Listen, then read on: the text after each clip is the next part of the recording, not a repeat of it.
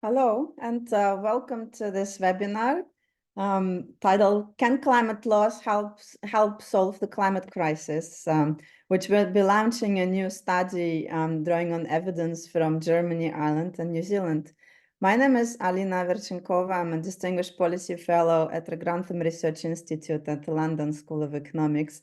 And we're very pleased to co-host today's event with Inter-Parliamentary Union.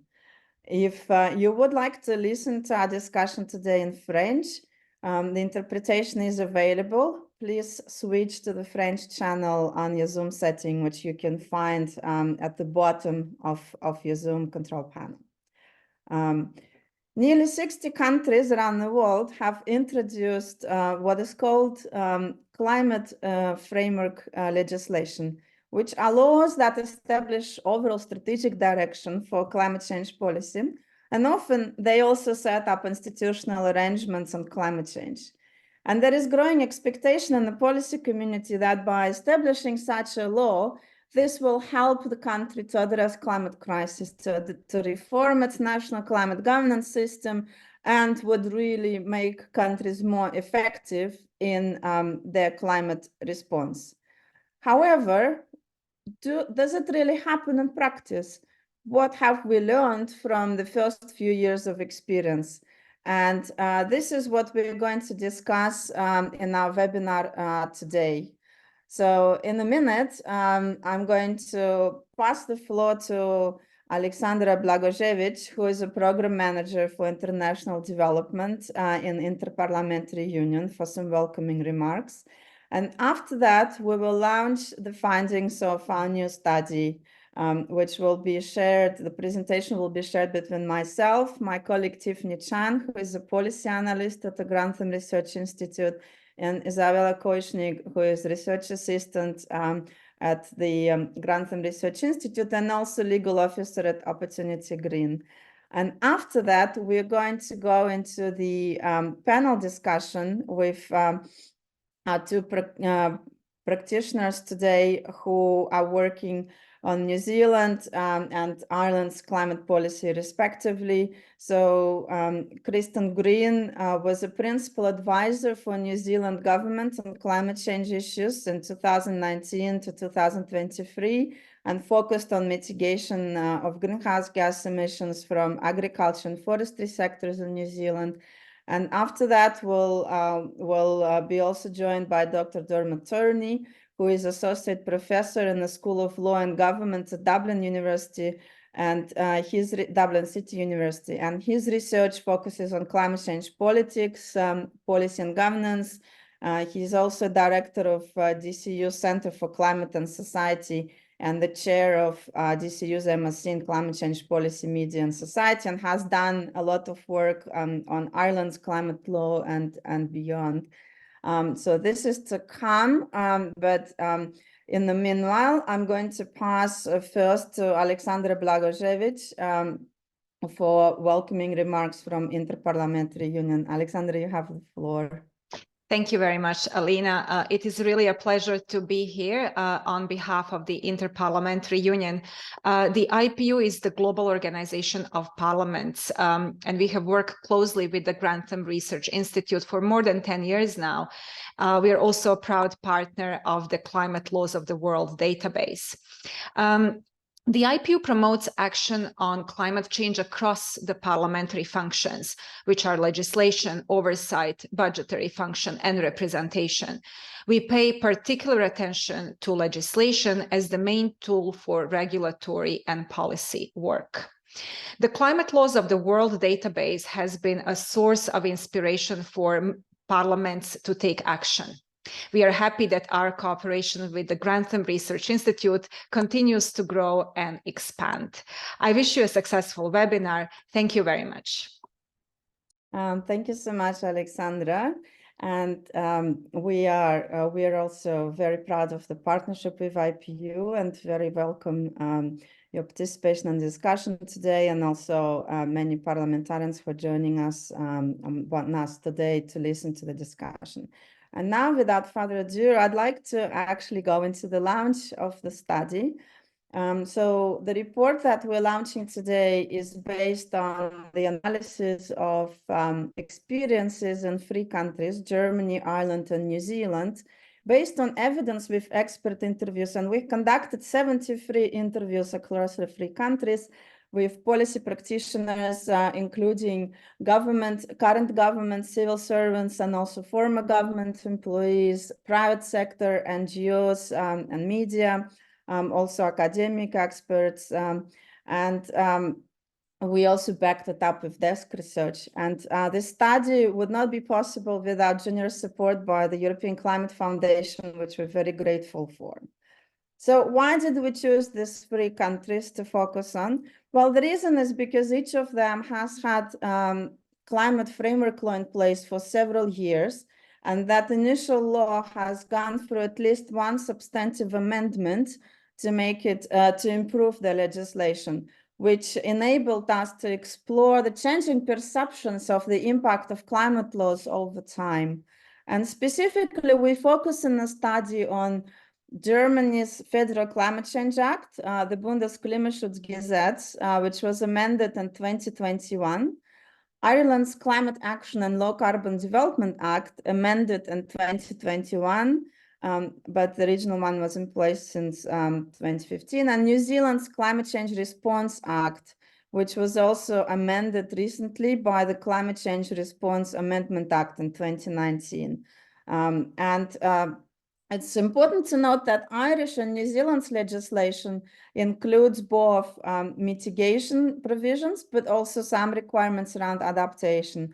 However, in Germany, the Klimaschutzgesetz does not include provisions on adaptation, which has some bearings on the findings that we received from the study. What we see is that overall, even in Ireland and New Zealand, the responses of policy community when talking about climate legislation still focused on mitigation, which indicates that even if the law had provisions on adaptation, the mind of the policy community at the moment is pretty much about thinking of the impact on mitigation, which is interesting in itself. So what do we find from our research? I think the headline message is, and it's a very important one, that actually the framework climate legislation in all 3 countries is delivering on some of the several of the key expectations and objectives of such all-encompassing laws.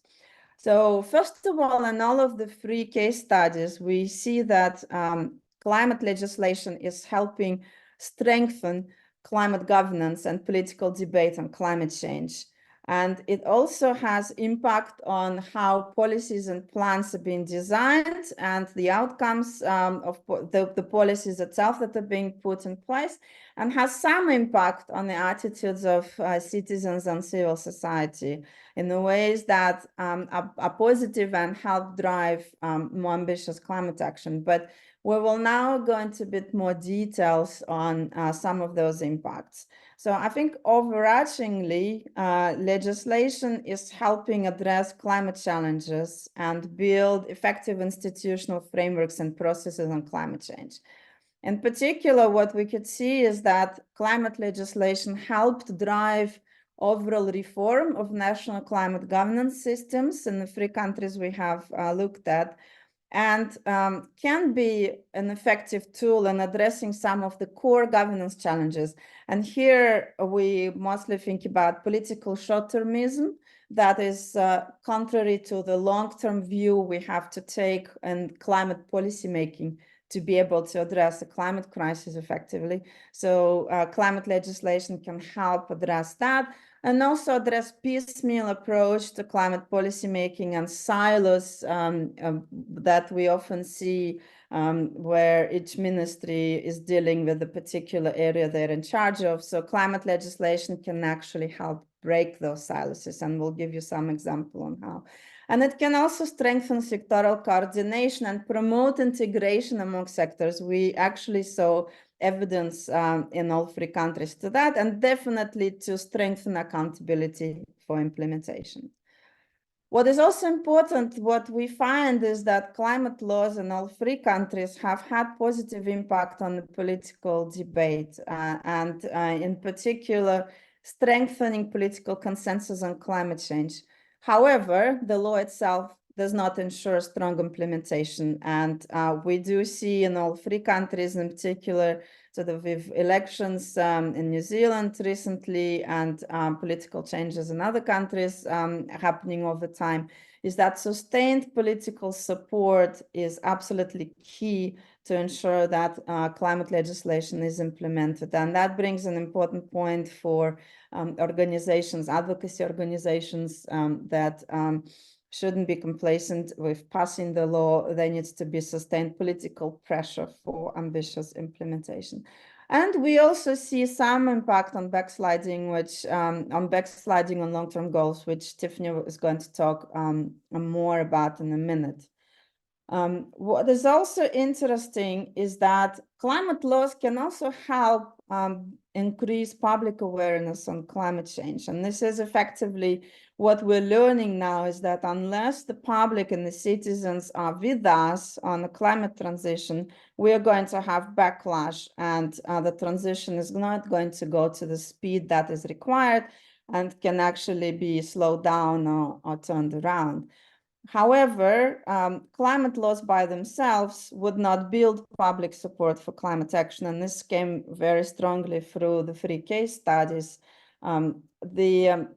Public awareness and support requires actually concerted communication effort and also active engagement of public into developing climate policies, developing solutions. And climate laws can help in that by actually including explicit provisions for public participation in the law itself. And here, the example of Ireland was particularly interesting, where there is a requirement for local authorities to prepare climate plans, and those climate plans should be prepared in a way where public is consulted and engaged. And we already saw examples of local authorities actually proceeding with those public engagement and public participation efforts, which are bearing some positive fruit. Finally, of course, we are all interested in what is the effective, ultimate impact on the society and the climate itself.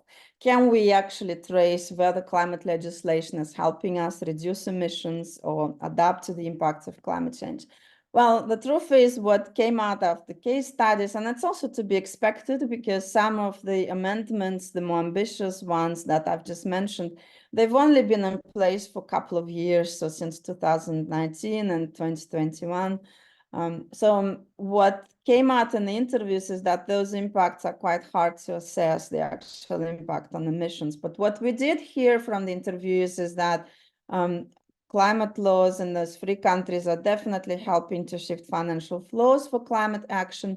And we also saw some positive examples in Ireland of the law being helpful to advance just transition and address social impacts. And finally, shortcomings in the legislation design and also changes to the political commitment to the climate action, as I mentioned, can weaken the effectiveness of climate laws. And among our 73 interviewees, there was some skepticism also about the impact of climate laws. These were the minority of interviews, but the skepticism was mainly framed around the legislation failing to meet up to its expectations. And that is usually to some shortcomings in the legislative design, which we'll mention some examples of what the shortcomings are, but also changes in the political commitment. And so I just want to reiterate the message I've given you earlier, that the law by itself is not enough, and there is definitely the need for sustained pressure and sustained political commitment. And to achieve that, what we learned from the 3 countries is that at the adoption of climate law, it's very important that broad political consensus is sought, rather than just rushing to pass the law without broad cross-party support for the legislation. Where such consensus was built, it really helps at the times of political change. And it's also important to consider explicit provisions in the law or penalties for failing to comply with the legislation.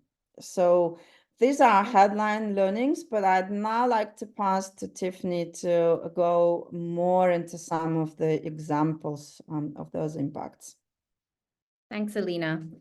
So as Alina said, I won't go through each of these again in terms of the 5 key areas of impact, but I'll give a few more detailed examples within some of these. And the first of these is governance, because whilst 67% of our interviewees actually did perceive positive impacts on governance, this is a very broad category, and interviewees were not necessarily referring to the same types of positive or negative impacts when they spoke about it.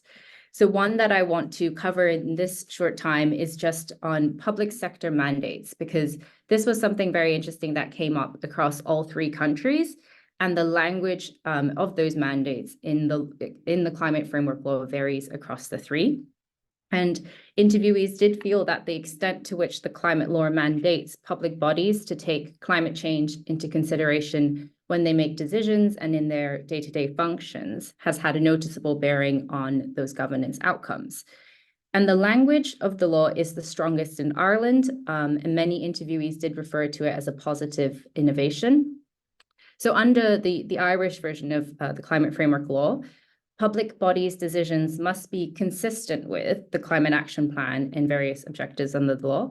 And we found that this led interviewees to consider greater impacts on accountability, governmental accountability, and also to get engagement from key sectors and subnational levels. Several interviewees actually referred to the refusal of permission for the Galway bypass, so a ring road project, which was brought in relation to this duty for public bodies to ensure its decisions are consistent with the climate action goals of Ireland. But in Germany and New Zealand, the language is much softer, and the associated impacts were therefore also considered weaker by the interviewees to an extent. So in Germany, the requirement is that public bodies shall give due consideration to the purpose of the law and the targets, whilst in New Zealand, public bodies may take the targets, the emission budgets, and the plans into account if they think fit. And so this was criticized by some interviewees as not going as far as it could have done, and it was actually also subject to litigation in this instance. These mandates also influence how interviewees perceive some impacts to the subnational level and the vertical coordination and alignment between national and subnational action.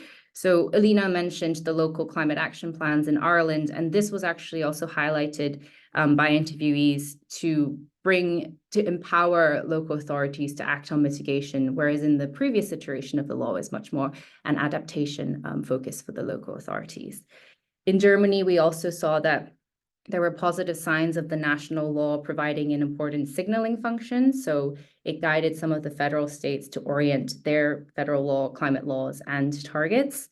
But in New Zealand, whilst there was an indication that the law did send some important policy signals to local authorities, there was also a sense from some interviewees that the lack of express provisions to support that vertical integration was a missed opportunity.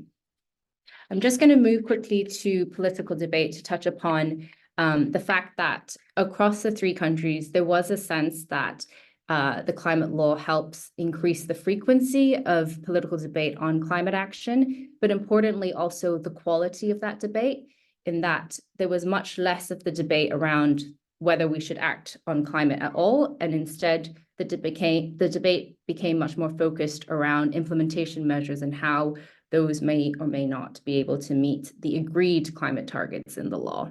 And I think that's particularly important, came out in our case studies for Ireland and New Zealand, where agriculture has been a difficult sector for quite some time in political debates as well. It was also mentioned that the credible information base, which is provided through independent expert advisory bodies, and the reporting requirements, both for those bodies and government, was really helpful in creating a more informed debate in the political arena. Finally, just on the backsliding, interviewees did emphasize that importantly, it's really an ambitious law that has cross-party support, which has been really helpful to create public and private sector expectations, making it much more politically difficult to backslide on in its entirety. So that cross-party support meant that there's a political cost if these parties now have to take back their previous support of the law. And one interviewee described the law as setting a new reference point and also a new baseline for the political action on climate. But I think, as Alina briefly touched upon, it was also very clear across the board that the climate laws obviously do not operate in a vacuum. And without that political will, that backsliding on interim targets and implementation measures is still very much at risk. I think I will now pass, conscious of time, to my colleague Isabela to mention a couple of the other findings from the report. Isa? Thanks, Tiffanie. Well, while Tiffanie talked us through the key areas of impacts, I will now talk about the different ways through which climate framework laws can drive change, or what we call overall the channels of influence. And the channels of influence that were found to have the most direct and the clearest impacts were actually all created through requirements under the climate framework laws, or what we call the core building blocks. And while the climate framework laws obviously differ across the countries, these core building blocks were mentioned consistently across the 3 countries. And first and foremost, these are targets and carbon budgets, so provisions of the laws that establish long-term and short-term emissions reductions targets or ceilings. So Germany, Ireland, and New Zealand all have long-term climate neutrality or net zero targets. They also all have carbon budgets. Germany and Ireland also have sectoral targets, while New Zealand does not have sectoral targets. A peculiarity for New Zealand is that it has a split gas target, treating carbon dioxide and biogenic methane differently, and really drawing out the difference, as Tiffanie already has mentioned, of the agricultural sector to the other sectors. And it's maybe worth noting that after the reform of these climate framework laws, these laws were all made more ambitious.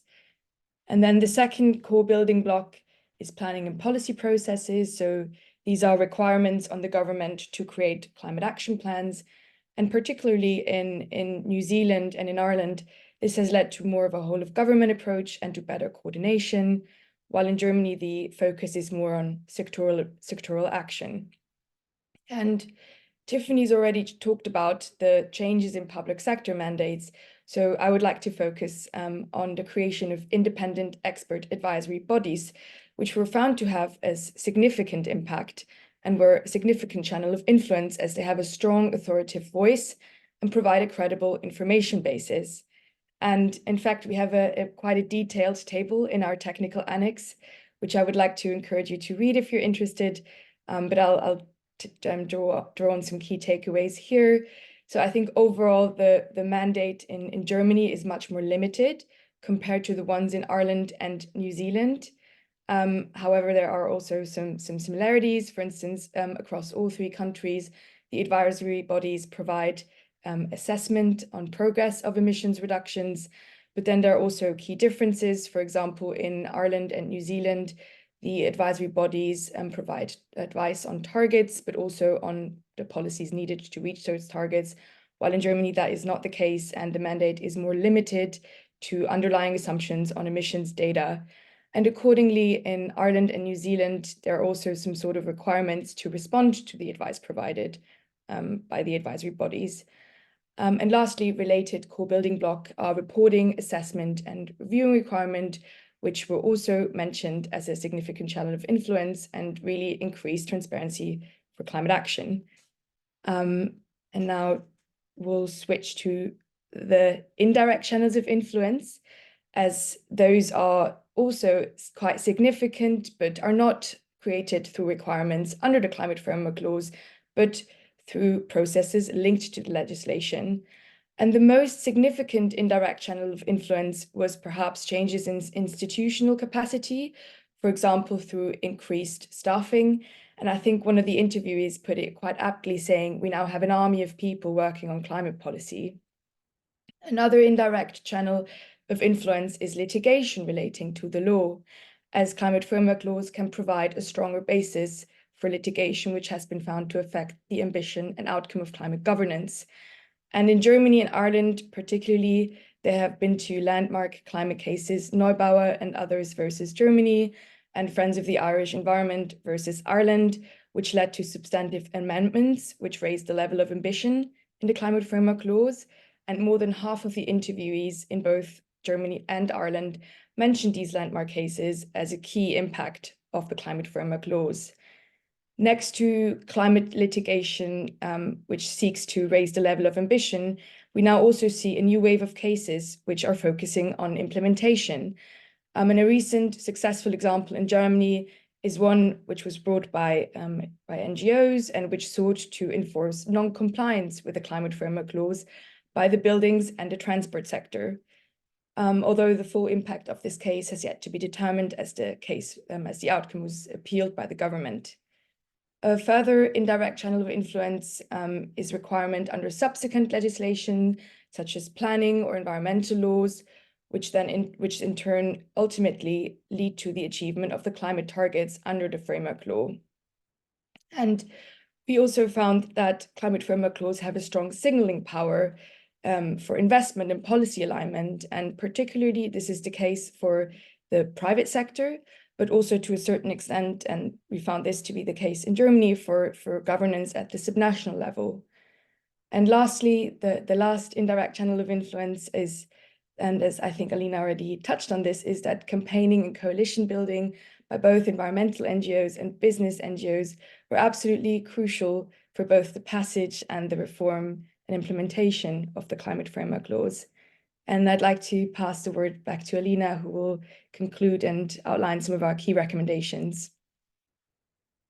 Thank you. So if we look at next slide, please, where the responses, well, actually, where the interviews saw most of the impacts happening. This is based on not the survey type inquiry, but actually interviews spontaneously when asked an open question, where do you see the key impacts of climate legislation? They would come up with what they felt was most important in the conversation. We tried to kind of assess quantitatively, more or less, where the most of the impact was seen by interviews. And you can see, I think, as Tiffanie mentioned, over 67% of interviews definitely saw positive, strong impacts on climate governance. So that's where climate laws are making definitive kind of strong impact. Also impact on political debate, and less so as we move towards kind of citizens and civil society. However, what do we learn from this? Actually, climate law don't make impacts by themselves. The impacts are ensured by the specific features and the design. And here I come to the main recommendations from our study. I'll just highlight a few. The first one is actually countries that don't have framework climate legislation in place at the moment should certainly consider adopting one because it helps strengthen national climate governance and enable more ambitious climate action. And in this, it's about adopting a new law, or if a country has a weak climate law, as in the case of our three case study countries, the initial law was weaker than the subsequent amendment, and we really see positive impacts in strengthening the legislation. And in this context, it's not just about any kind of law. The law needs to have an impact, needs to have the core building blocks that Isabela has talked about. And just to recap, in designing or amending climate laws, it's important that they include a provision on long-term net zero target, backed up by interim targets or a process similar to carbon budgets, which establishes step-by-step targets to get to the long-term one, which is consistent with the Paris Agreement. And they also need to be some mechanism for determining if the sectoral targets or alternative ways to ensure integration with sectoral priorities, integration between climate targets and sectoral priorities. They also need to be a requirement for iterative development of climate action plans and policies that are necessary to meet those targets. And importantly, what we found through the study, it's crucial to get some sort of requirement for the government to assess, address, and communicate distributional impacts of climate measures, incorporating principles of just transition. Not only does it help with political support at the time of adopting the legislation, it definitely helps to bring the public, the difficult sectors in on the transition. And there also needs to be regular reporting requirement by all agencies responsible for delivery of climate legislation and provisions to enable judicial oversight. So these are the key building blocks. In addition, what we have learned from the 3 case studies is that it's absolutely important to have institutions for coordination and accountability for the implementation of climate objectives, and that anchoring such institutions into the climate law helps protect against political change. There was an example in Germany where there wasn't a high-level interministerial coordination mechanism, but when the government changed, that was not convenient any longer. And interviewers felt that should the requirement for such coordination mechanism be in law, it would be more difficult for politicians to just dismiss it and do away with it. And clearly, as Isabela said, establishing or strengthening independent advisory bodies on climate change, ensuring that they have very clear mandate, independence, and also that the government is actually required to report on how it dealt with the recommendation of the body, makes a big difference, both in terms of promoting cross-sectoral approach, but also strengthening accountability and improving political debate.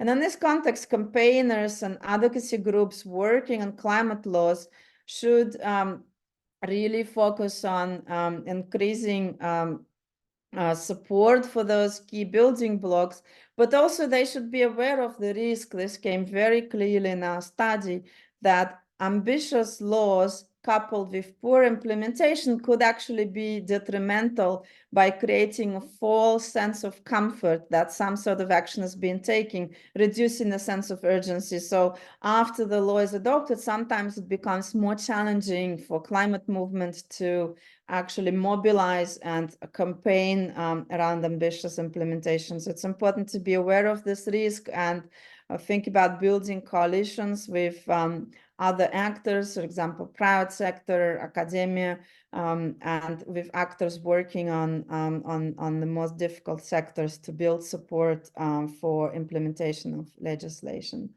And finally, very important, I think, as I mentioned, is to focus on building broad-based support in the society for the transition.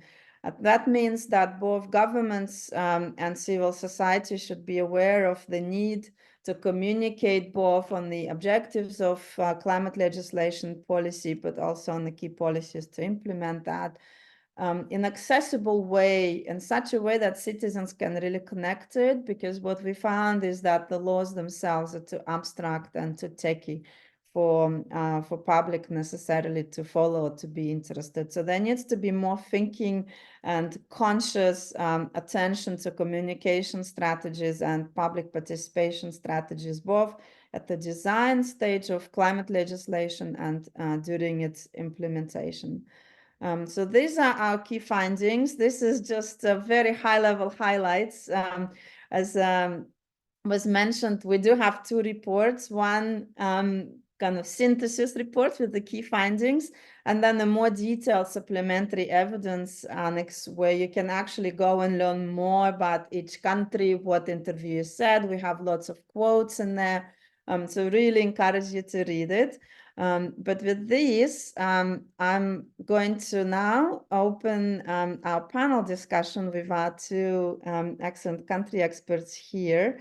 And while I pose my initial questions, please think about your own questions and post them into Q&A function on Zoom. For French-speaking audience, please feel free to pose your questions in French if you'd like to. Please introduce yourselves as you post the question, your name and your affiliation in the chat. But in the meanwhile, I'd like to go to Kristen. And my question to you, Kristen, first is, How do you see the role of climate legislation in opening doors for political debate, conversations, and policies on difficult sectors? And here I'm thinking in particular about agriculture, which in New Zealand for decades has been really difficult sector, but it's also relevant for Ireland. So the floor is yours. Kia ora. Thanks, Alina. I would add that it's very good to see two large agricultural sector emitting countries on the call. So I think to kind of set out the kind of political context in New Zealand, one of the kind of stories that we've told ourselves as a country about our climate transition over the last kind of 20 years is that we've got quite a unique emissions profile. You know, when you look to the UK, who have had quite a large number of coal power stations closed down over the last 20, 30 years. New Zealand, in contrast, is dating back to like the 70s and 60s, had quite a large proportion of renewable electricity. So the kind of sectors that stand out in New Zealand's emissions profile are kind of transport, but also really significant in our emissions profile is agricultural emissions, which I think as of today is 50% of our gross emissions profile. So really far and above any other kind of developed country. And I think Ireland's about 33% as well. So you can imagine that with agriculture such a large part of our emissions profile, it really puts a kind of focus on it from the general public. And as well, agriculture is very much kind of tied up in our export economy as a country. So you can imagine, you know, if you've got sort of 30,000 farmers who are all working every day to kind of contribute towards that export economy, when new costs or pressures come upon that sector, you can imagine that it's a very sort of political and contentious issue in New Zealand society. So in 2003 and 2007, we had past attempts by governments of that time to implement a carbon price on agricultural emissions, first through a carbon tax and then through an emissions trading scheme. And the 2003 instance sort of resonates in political memory for New Zealand, where we had a tractor driven up the Parliament steps where they kind of decried what they called a fart tax back then.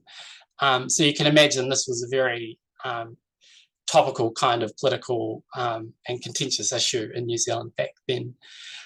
So in 2017, when a new Labour coalition of government got elected in New Zealand, they kind of said, hey, you know, it's been 10 years since we last properly had these conversations. We think it's time to put a price on agricultural greenhouse gas emissions. All these debates started kind of coming to the fore again. So as officials working with ministers, what we kind of had to do was think, you know, the political debates have gone very, very poorly in the past when we've tried to raise pricing agricultural emissions and doing something substantive. How do we kind of make progress on this really gnarly and stuck issue in New Zealand? So what we did was kind of look a little bit to legislative mechanisms through our Climate Change Response Act for ways that we could kind of advance the conversation along. And rather than having a situation in which it was farmers at loggerheads with the government and, you know, other opposition political parties kind of taking advantage of that kind of tension and playing sides in a kind of antagonistic way, how can we kind of build a more kind of partnership approach?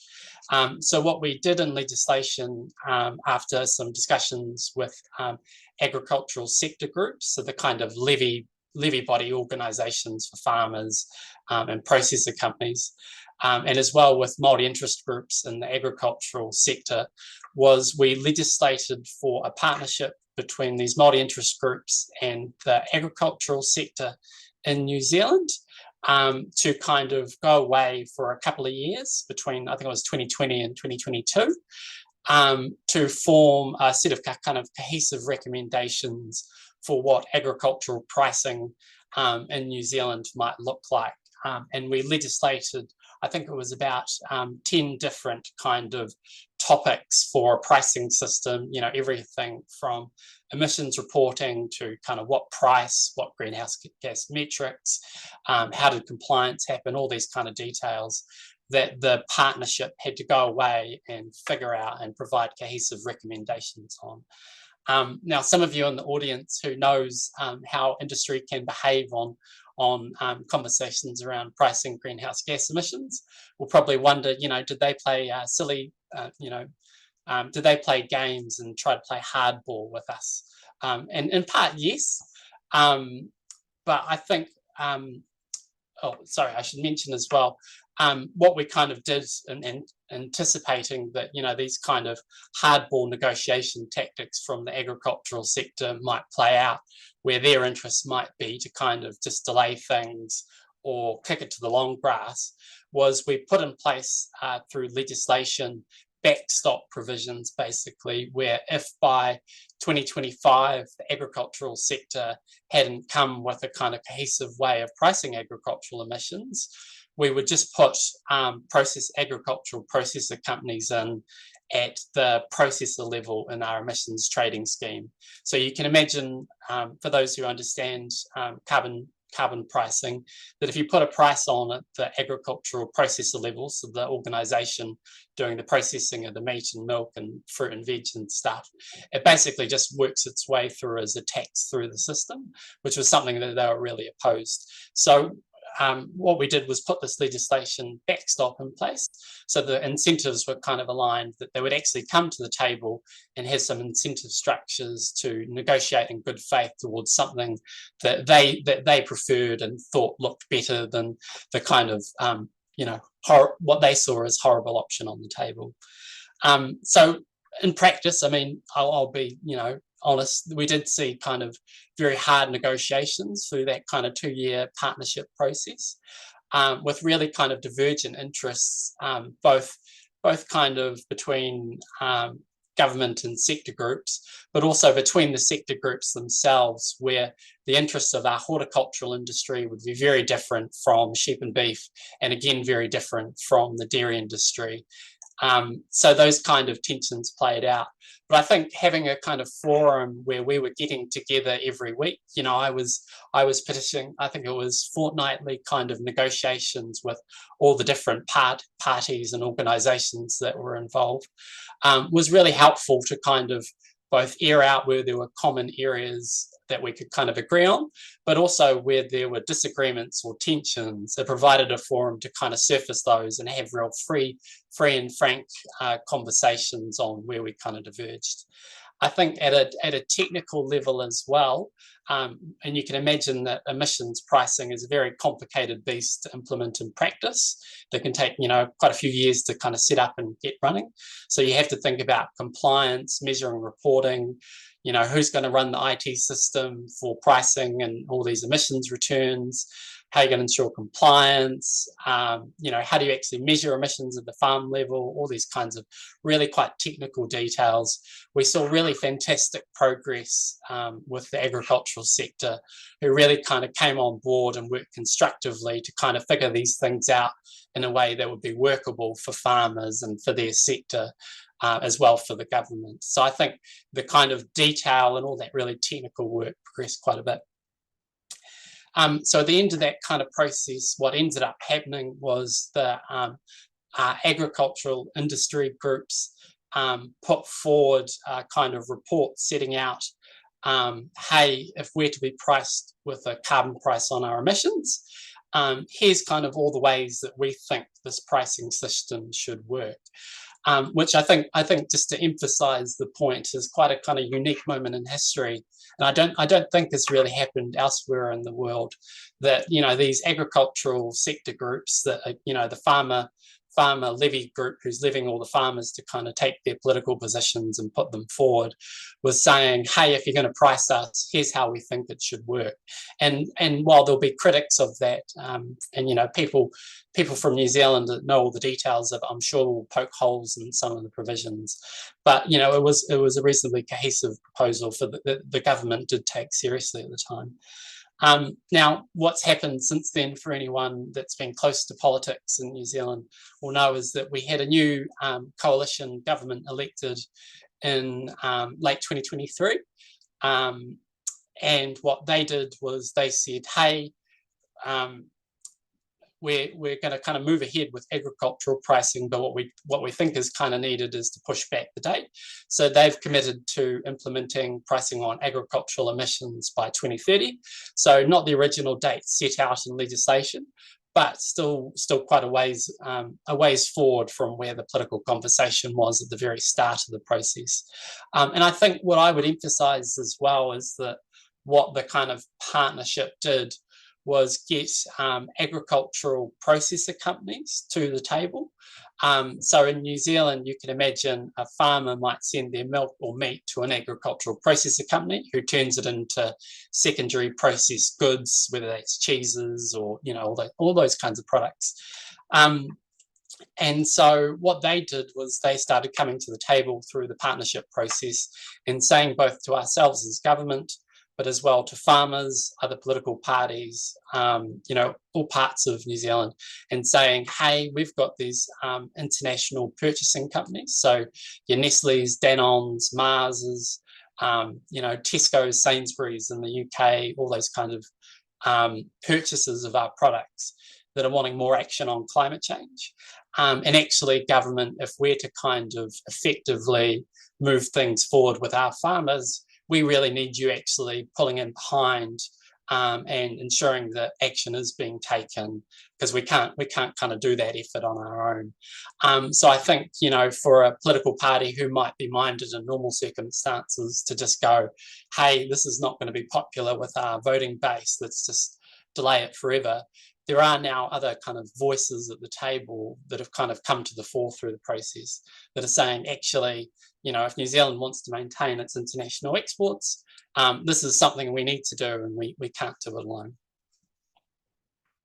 Thank you so much, Kristen. These are fascinating insights. I think you know, agriculture is a key sector, well, in Ireland as well, but in many other countries in Europe, and we have faced quite significant backlash from this sector in Europe recently.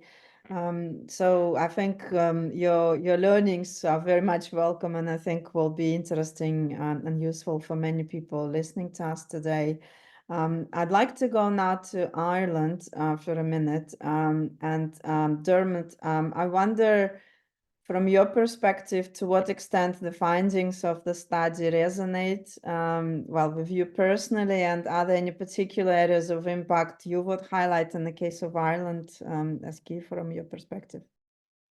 Sure, and thanks, Alina, for the invitation to join this webinar, and congratulations to you and Tiffany and Isabela and Catherine on the report. I really enjoyed reading it, and it's a really rich source of data and analysis in this area. So congratulations on that.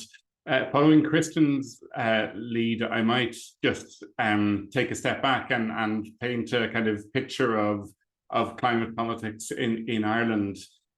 So as Kristen and also I think you earlier, Alina, alluded to, there are some considerable similarities between New Zealand and Ireland. And Kristen, it was 33%.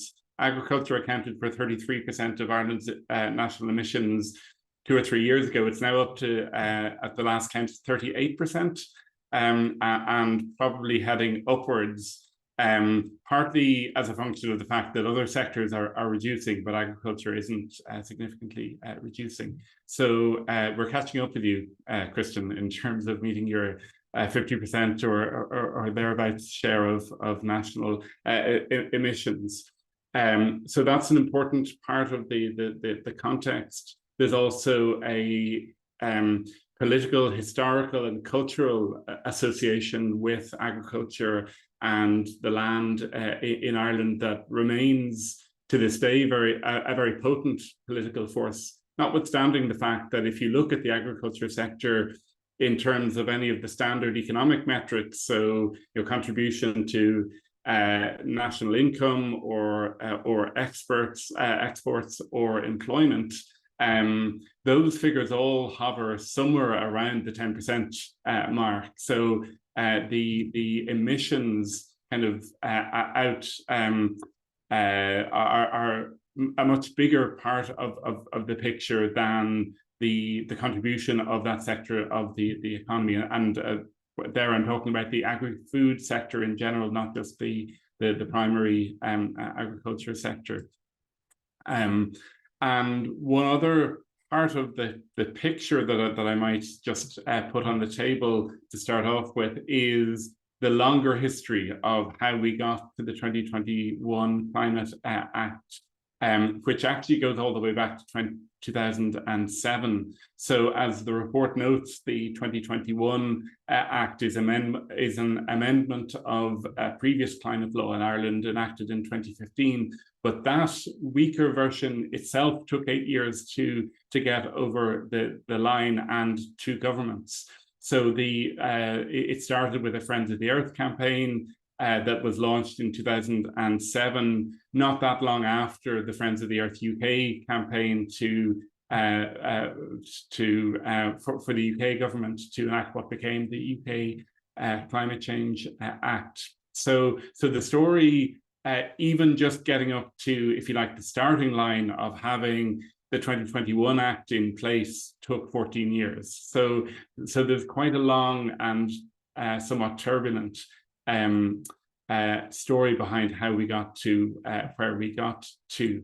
But then coming to the Ireland's climate law as it currently stands, so the version enacted in 2021, I can see an awful lot of resonance of your key findings across the channels of influence and the areas of impact. And the report, I think, really nicely combines an overview perspective with nuggets or kind of examples of different mechanisms. So I would commend it to the audience. I might just draw attention to a couple of particular, what I consider to be particularly important parts of the Irish climate law. So one of those is, in fact, simply just having targets in the law, because that was something that the previous climate law of 2015 didn't have. There were no numerical targets for greenhouse gas reduction in the 2015 law. And that had a whole set of knock-on consequences in terms of monitoring, review, the role of the scientific advisory body established under the law, because there was really no benchmark against which to measure progress. So the fact that the 2021 Amendment Act contains both a 2050 climate neutrality target and a system of 5-year carbon budgets, an awful lot of power flows from that. In terms of the broader governance system, there are a lot of provisions in the law that have strengthened the climate governance framework in Ireland, both in terms of the planning and policy processes. So we have now a requirement on government to produce every year a climate action plan, or an annually updated climate action plan, and also every 5 years a long-term strategy for mitigation and a national adaptation framework updated at least once every 5 years as well. The arrangements around reporting, assessment and review have been strengthened. The role of the Climate Change Advisory Council, the scientific advisory body, has been strengthened, but also, and this links also to the political side of your analysis, or the political debate. The role of Parliament has been strengthened in the 2021 Act. So under the previous law, the requirement was for the minister, or the ministers responsible to make what was called an annual transition statement to Parliament. And what happened in practice was that the responsible minister gave a pre-prepared speech to an often mostly empty chamber of Parliament. And And what the 2021 law has introduced is a strong role for a parliamentary committee rather than the parliamentary chamber as a whole to serve that accountability function. So that's a significant strengthening. I might just finish on a couple of caveats, if that's okay, Alina, and then I'm sure the discussion will continue. One caveat is it links to the political context here in Ireland, and it also, in a way, links to Ian Bailey's question that he's posed in the Q&A function about political durability. So as you note in the report, there has not been a change of government in Ireland since the 2021 law was introduced. So the current coalition government was formed at the end of June 2020. The climate law was passed in the Amendment Act was signed into law in July 2021. The government is into its final year. There's speculation of whether the election will be later this year or early in 2025, but the government is into its final year. But the crucial part of the story is that the current coalition government includes the Green Party as one of three coalition partners.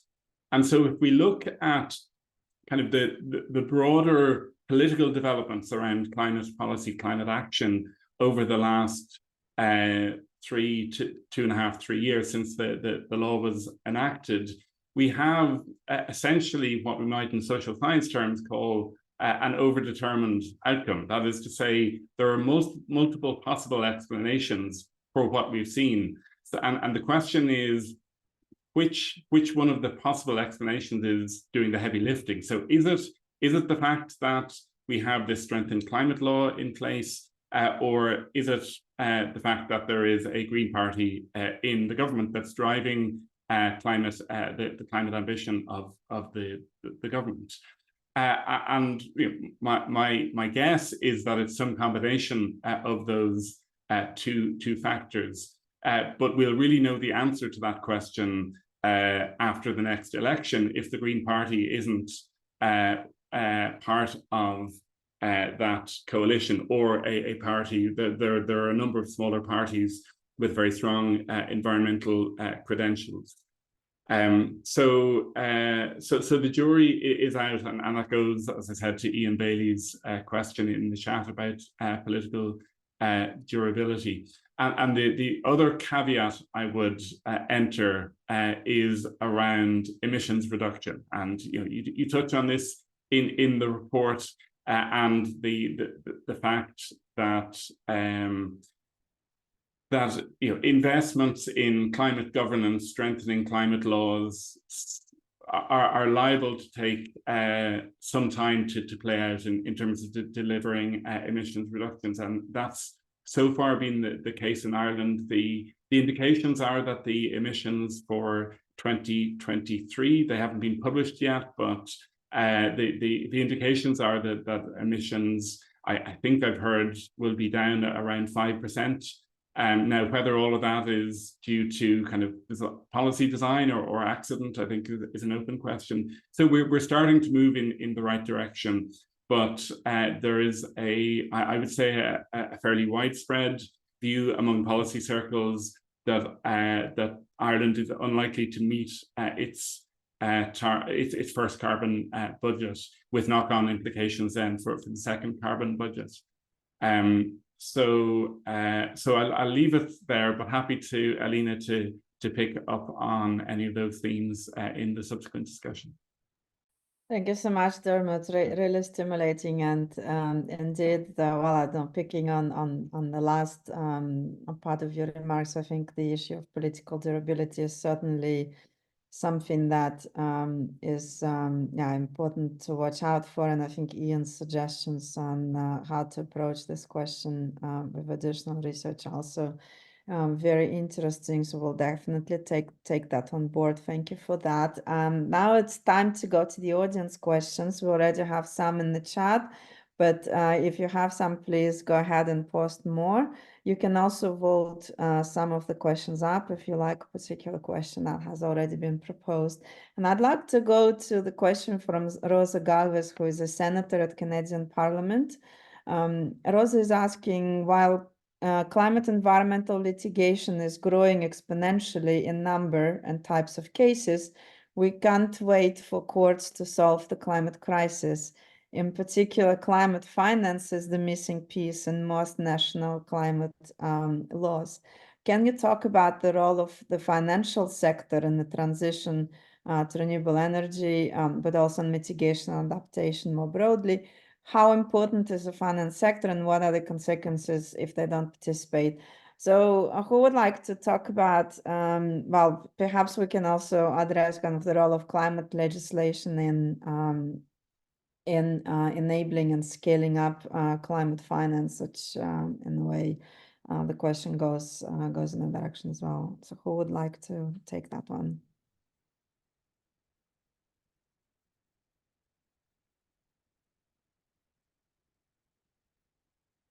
Kristen, any lessons from New Zealand in terms of how climate legislation may have or may not have engaged financial sector and kind of enabled energy transition in particular? And if not, like what are the learnings, what would have been helpful to have that you didn't in New Zealand? Yeah, I think so coming from the agricultural and forestry area, finances are my bread and butter, but I mean, in New Zealand, I think the main kind of law that's been progressed in terms of encouraging financial flows towards climate mitigation and climate adaptation has been a mandatory disclosures climate reporting framework law, which I think started taking force in 2023. So that requires all banks, credit unions, all kind of financial institutions, as well as the I can't remember the number, but I think it's the 50 biggest companies on New Zealand's stock exchange to report annually on their climate-related risks on their kind of balance sheet or business books. So that includes both on the mitigation and adaptation side, sources of emissions and what are their kind of cohesive plans to address those.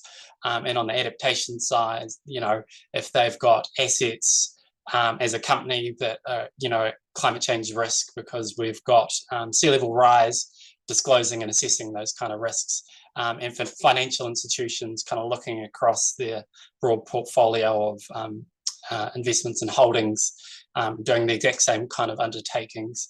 I don't speak to financial institutions directly in my kind of work, but speaking to the agricultural companies, they've definitely said that when you compare things like the Science-Based Targets Initiative or whatever driving some of their behaviours, the mandatory disclosures framework in New Zealand, which is a domestic audience, is actually equally as powerful and kind of moving and kind of ensuring that they're going through all the rigors of figuring out their greenhouse gas emissions profile and risks associated to mitigation and adaptation. As for how successful it's been in terms of the finance side, all I know again is in terms of the agricultural sector, we have seen a few sort of banks starting to provide preferential loans if you undertake certain climate change mitigation actions as a farmer. So those are still pretty novel, but a couple of banks in New Zealand are trying them. So we're quite excited to see how that plays out. Thank you so much, Kristen. That's really useful. And I think what we heard from interviewees actually working on this disclosure legislation is that while it's not directly built into New Zealand's climate law, it's a separate piece of legislation. It was inspired by the climate law, and we actually see some other countries, for example, France and Spain and Europe, where requirement for mandatory disclosure is introduced directly into the climate law. And I think there are some initial assessments of that having really some impact. And just to mention, in our report, the supplementary evidence annex has quite a detailed overview. There is a table that looks at the impacts that we identified in the three case study countries on mobilizing climate finance in terms of new funds being created, kind of new public money being committed to the implementation of climate legislation. So that's another area that we do consider in the study. But I'll go to Dermot now. Thanks, Alina. So my sense of the climate law in Ireland is that it is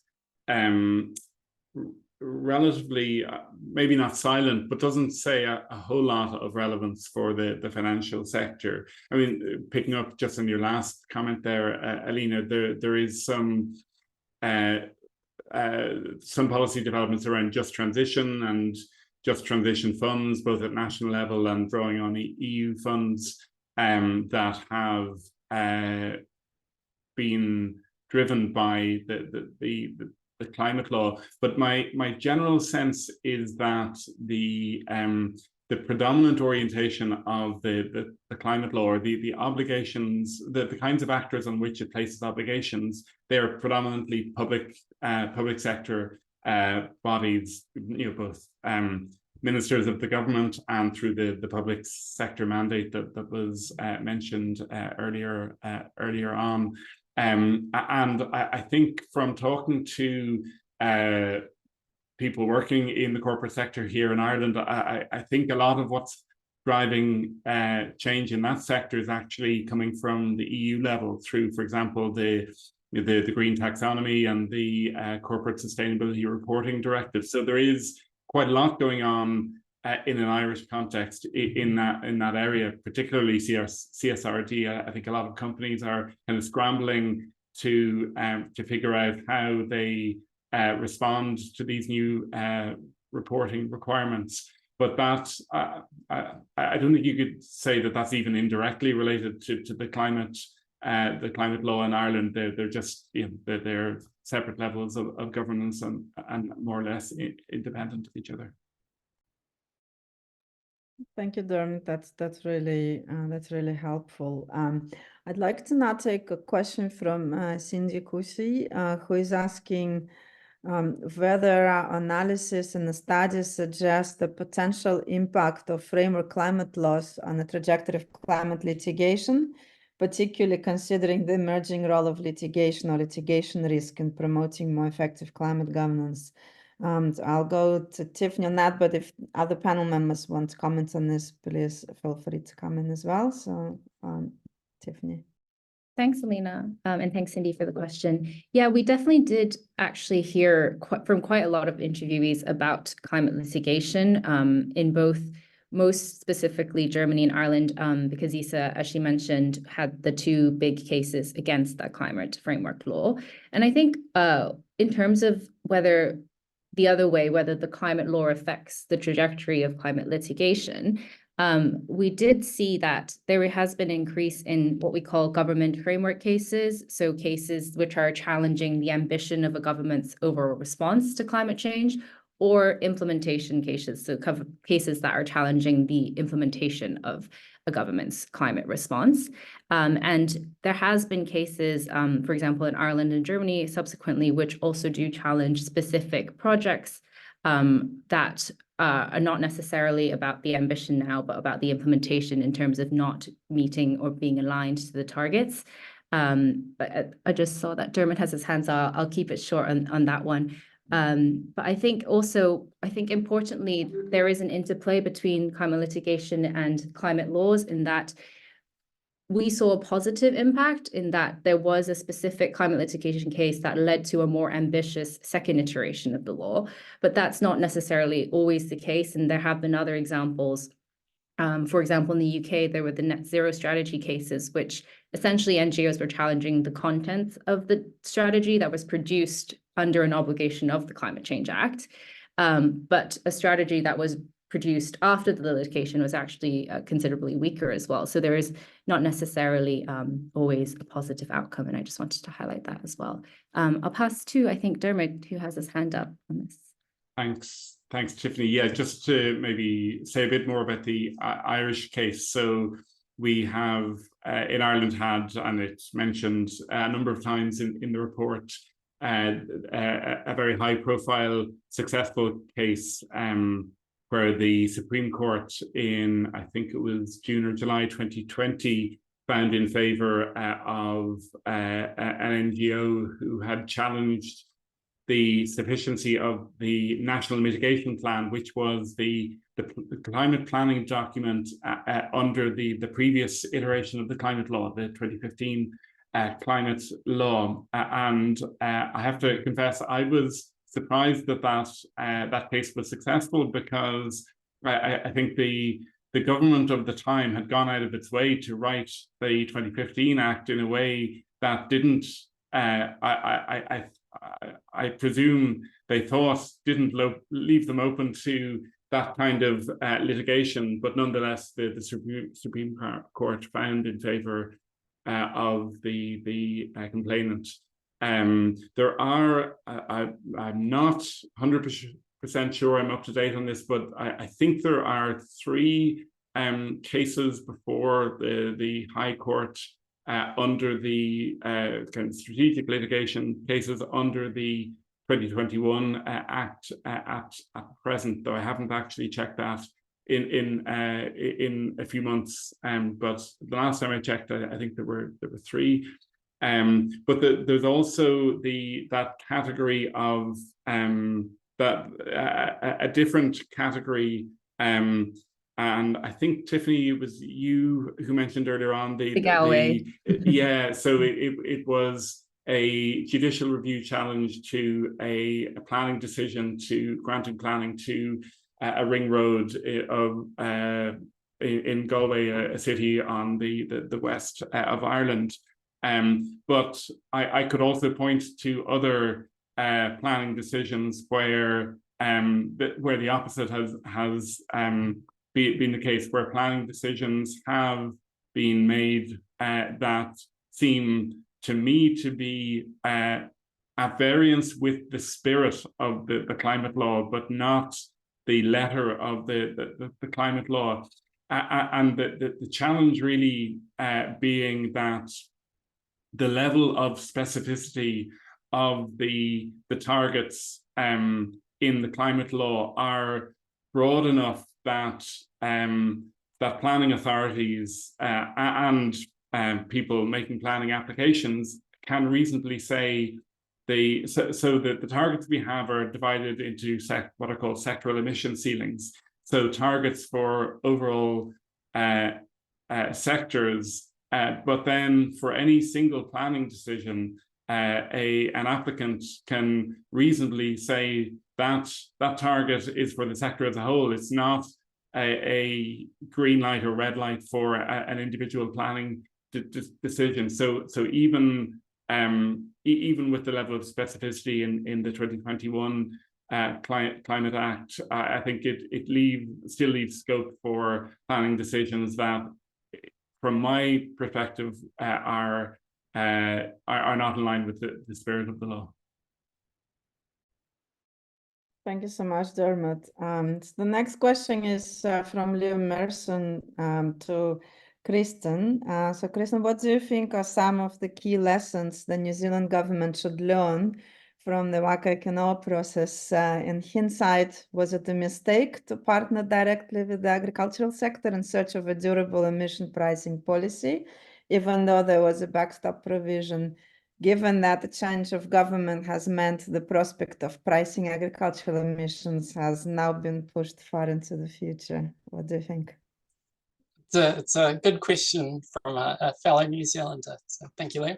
I think what I would say when we look back to the kind of 2019 period where we decided to set up this partnership with the agricultural sector and Māori, was that the kind of other option that was on the table for the government of the time was to, we knew that farmers would prefer a price placed on emissions at the farm level, at the farm gate, so that every farmer's emissions and removals are measured individually. So if they take action, it kind of gets credited towards, a lower price that they have to pay.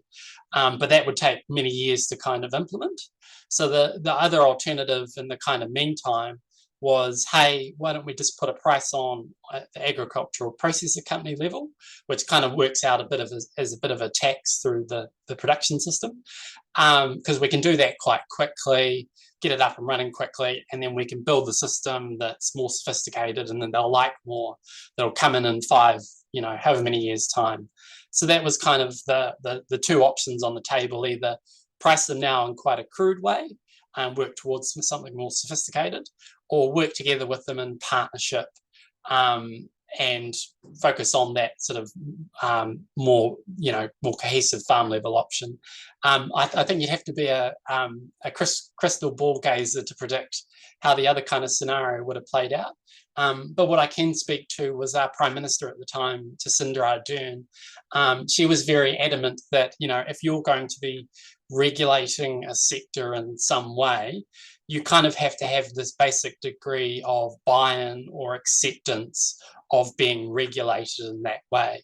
If you try to, price the agricultural sector and they're at complete loggerheads with you, blocking out motorways, driving tractors up parliaments, all the kinds of things we've seen both recently in Europe and New Zealand in the past, that's not a sort of stable political environment going forward, and a government facing that sort of heat probably won't last much longer. So her big push was towards doing the partnership with the agricultural sector, is to try and work with them and build those kind of coalitions and support around something. So ultimately, we're still in a sort of we're not quite at the finish line, I would say. But I think where we are now relative to where we were in 2019 is a lot further forward. And hopefully the next few years will look positive. And I know I've got some former colleagues back in New Zealand who are working very hard every day, both on the technical stuff and the higher level stuff, to try and advance those conversations. So look forward to seeing how it plays out. Very, very exciting indeed. Thank you, Kristen. The next question is from Alison Hugh from TUS Ireland. There are clear problems in Ireland with the quality of climate plans, as highlighted in the Climate Case Ireland and in the recent EU Commission feedback on Ireland's draft updated National Climate and Energy Plan filed last December in 2023, says Alison. As well as lack of coherence between different EU and national climate planning obligations and across policy areas. So what do panel members think about how can we design climate laws in such a way as to support production of better quality and more coherent climate plans? So I'll go to Dermot first, but if anyone else would like to jump in, please feel free. Dermot.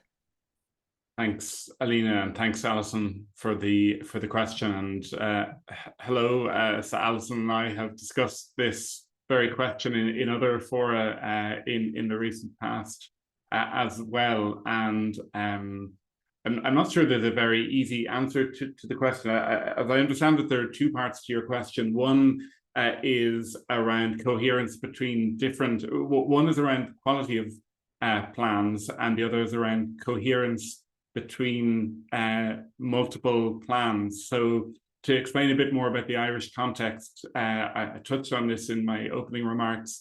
There's a requirement under the national law to produce an annually updated climate action plan, and then a once every 5-year long-term strategy. So that's on the mitigation side. Then there's separate requirements on the adaptation side. But then as an EU member state, Ireland is also required to, under EU regulations, to develop what's called a national climate and energy plan and a long-term strategy under the EU process which is similar, but I think slightly different in terms of what's required to the national long-term strategy. All of which I hope gives a sense of the complexity of the planning process. And from my perspective, I think part of the problem is the amount of planning that is required, the number of plans that is required of what is, Ireland is a small country. We have a relatively small national bureaucracy, and I'm not certain of the wisdom of that amount of policy planning. But others might disagree with me on that. I think, Alison, there is a question of how to better link up the EU and national planning processes. Perhaps more thought could have been put into writing the requirements, the national planning requirements, in a way that was compatible with EU requirements. But there's nothing to say that EU planning requirements might not change over time as well. One final thing I'll say is about the requirement under the national law to update annually the climate action plan. I've had conversations with current and former civil servants about this, and heard different perspectives. So one former political advisor from a previous government was very much of the view that you need to hold civil servants' feet to the fire, right? You need to get them to kind of redo their homework as often as possible. Otherwise, things will just inevitably, slide if it's every 2 years or every 3 years or every 5 years.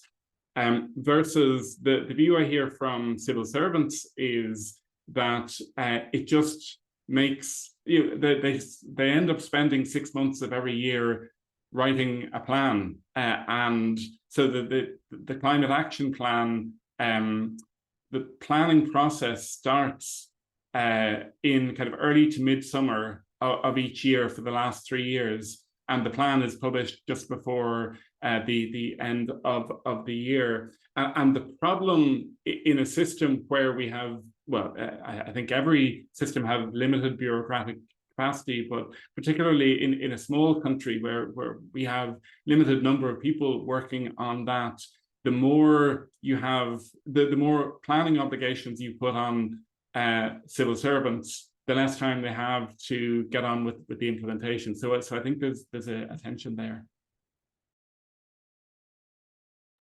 Thank you so much, Dermot. Tiffanie. Yeah, I'll just make a really brief comment in that I think, just to echo Dermot and support what he just said, we did hear actually from respondents both sides as well, but more so I think people emphasizing and political advisors as well, emphasizing that actually if there was a thing they could change about the law, it was to make those reporting, the preparation of the plans less frequent, so there would be more time in between. But also I think what's important is they emphasize that the progress reports, however, should be frequent. And I believe in Ireland, correct me if I'm wrong, they have the annex of actions that they set out in the climate action plan, and this respondent was really emphasizing that having regular progress reporting against those is very useful, but that the preparation of the plans could be perhaps less frequent. I think Kristen also would like to jump in, so I'll just pass to her. Yeah, thank you. And Diamond's comments on the kind of size of Ireland, I think it's very pertinent to New Zealand as well. It's a country of 5 million. So even though we have a kind of public sector that in terms of public policy rankings is, rated among the most kind of effective and transparent and all those kinds of things in the world, when we think about the kind of infrastructure that was created in New Zealand with the new Independent Climate Change Commission, regular setting of emissions budgets, government emissions reduction plan reports every couple of years, that's a lot of kind of bureaucracy and infrastructure that needs to be set up. And when I started working for the New Zealand government, just to kind of give a context of size, just over a decade ago, to give a context of how many staff would be working on kind of core climate change policies, so setting targets, budgets, working out mitigation measures that should be pursued, etc., etc. Within our Environment Ministry, we had one directorate of about 50 staff, and then a few small teams in places like our Treasury, Ministry for Primary Industries, Ministry of Transport, etc. But overall, really, the staff that were thinking day to day about climate change policy were quite small. And yes, there would be parts of government, you know, if you're building infrastructure or something in another kind of department, you would think about climate change, but it wouldn't be your kind of bread and butter stuff. So when we set up the Climate Change Commission, which I think has about 30 to 40 staff, and all these kind of new reporting requirements and stuff that the government has to do, we actually lost quite a bit of technical expertise. So, you know, colleagues that, you know, I thought were, you know, stellar staff, moved over to the Climate Change Commission and to that kind of independent voice. And what was left in terms of government was a much sort of dissipated kind of technical capacity and expertise within the system to kind of process those really gnarly challenges. I think the other thing we kind of saw through the government's emissions reduction plan, so putting forward its first plans for how it's going to meet its emissions budgets, is that within government, while there was quite a bit of coordination and cooperation between different government departments and coordination mechanisms between all the relevant sector climate change ministers. So, you know, the minister with responsibility for energy, the minister responsibility for agriculture, the prime minister, etc., etc.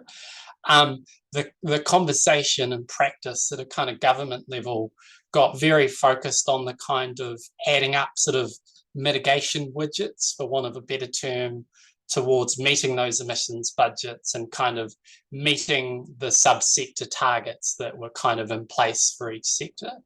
I think the thing that kind of probably added to that was if you think about the way emissions budgets are set, so you set the next 5 years ahead or next however many years ahead, then the next 5 years after that, and then the next 5 years after that, the kind of third emissions budget away would be thought about and talked about when you're doing those adding up exercises of all the sector policies and stuff to the budgets. The politicians will know that, you know, if they're likely to be on the hook for one of those emissions budgets, it'll be that first emissions budget. And naturally, a lot of the conversation kind of centers around that as a result. So I think well, some of that's useful and brings new demands on sector ministers that may otherwise just go, I don't care about climate change. You know, it's not something I'm really passionate about. You know, I'm not going to do much on that over my next term. You know, they were starting to come to the table and bring policies to the table.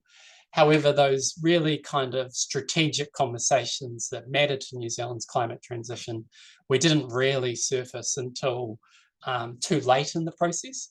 So I think the kind of suggestions that you say in terms of extending out the time that between government report backs, I would also suggest to civil society actors ways that you can raise those more strategic questions about a country's climate transition that you know are critical in a way that will kind of get a conversation going with the government of the day. All those kind of ideas are really useful, because otherwise it becomes too much, in our experience, too much caught up in the kind of adding up all the little widgets kind of exercises, which were the bane of my existence for a while. Thank you all for the great advice. Sadly, we're out of time and we couldn't answer all of the questions which are still in the chat, but thank you so much to our excellent panel today for sharing your insights. I think lots to learn. What we can say, definitely framework climate laws, if designed well and if backed up by political support, can really make a difference, but they're not a silver bullet. We hope that you will read our reports and get more insights into the study, but please also do feel free to engage with us directly. if you have any follow-up questions or would like to discuss any of these aspects more. But for now, just huge thank you to the panelists and also to the audience for staying with us and for asking your insightful questions. The recording will be available online in a few days, and the reports are already online. Thank you so much and have a lovely day.